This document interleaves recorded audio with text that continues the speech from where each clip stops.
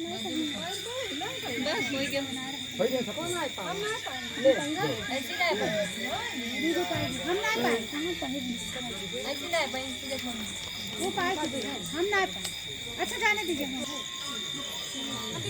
ऐसी है कैसी करना है पैती बहुत लाए बनाए हैं ना पैती पंडित जी यही दिन के लिए बनावत हैं। लो आओ एक तो अम्मा कथा सुनी है अम्मा। हाँ बैठे सुनी रहे ना। सुई हो पहिरी है नहीं हो हम कह रहे हैं दाहिने हाथ में कि बाएं बाएं दाहिने बहने बाएं दाहिने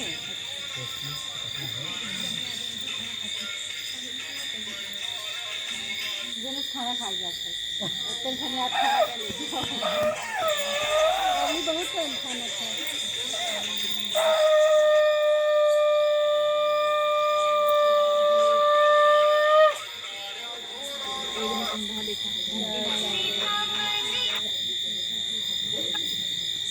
टीका घंटी ना चल रहा है सुबह जाएगा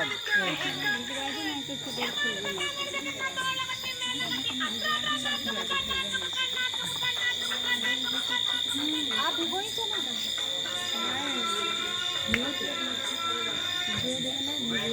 अरे अभी तो लेके आई भी कहीं भूल जाए यार भूल जाता है।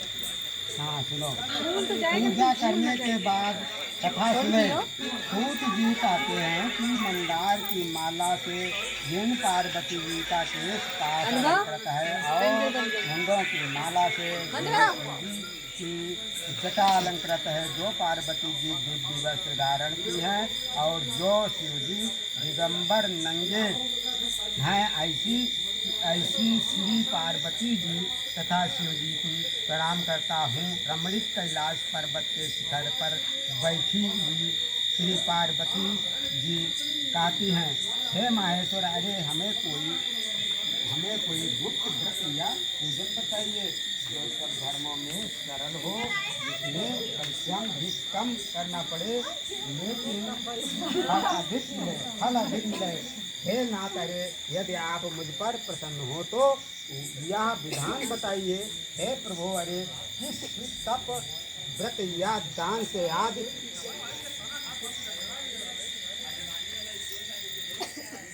आदि मध्य और अंत रहित आप जैसे महाप्रभु हमको प्राप्त हुए हैं। शिव जी बोले हे देव सुनो मैं तुमको एक व्रत जो मेरा सर्ववस्तु और छिपाने योग्य है लेकिन तुम्हारे प्रेम से वशीभूत होकर मैं तुम्हें बतलाता हूँ। जैसे नक्षत्रों में चंद्रमा ग्रहों में सूर्य वनों में ब्राह्मण देवताओं में विष्णु भगवान नदियों में गंगा पुराणों में महाभारत वेदों में सामवेद और इंद्रियों में मन श्रेष्ठ है। सब पुराण और वेदों का सतों में भी प्रेषी हो। बाद पदमास में हतोल से युक्त शुक्ला तृतीया तिथि को का अनुष्ठान मात्र करने से स्त्रियाँ सब पापों से मुक्त हो जाती हैं। हे देवराजे तुमने आज से बहुत दिनों पहले ही हिमालय पर्वत पर इस व्रत को किया था। यह वृतांत मैं तुमसे कहूँगा है उसके आस पास भूमियाँ हैं तरह तरह के वृक्ष उस पर लगे हुए हैं। नाना प्रकार के पक्षी और अनेक प्रकार के पशु उस पर निवास करते हैं। वहाँ पहुँचकर गंधर्वों के साथ बहुत से देवता आदि दिखाने लगी हैं। यह पर्वत ऊंचा तो इतना कि शिव मित्र के घर की पर्वत पर अब तपस्या की थी। 12 वर्ष तक तुम उल्टी शंकर केवल धुआं 64 वर्ष तक सूखे पत्ते खाकर रही।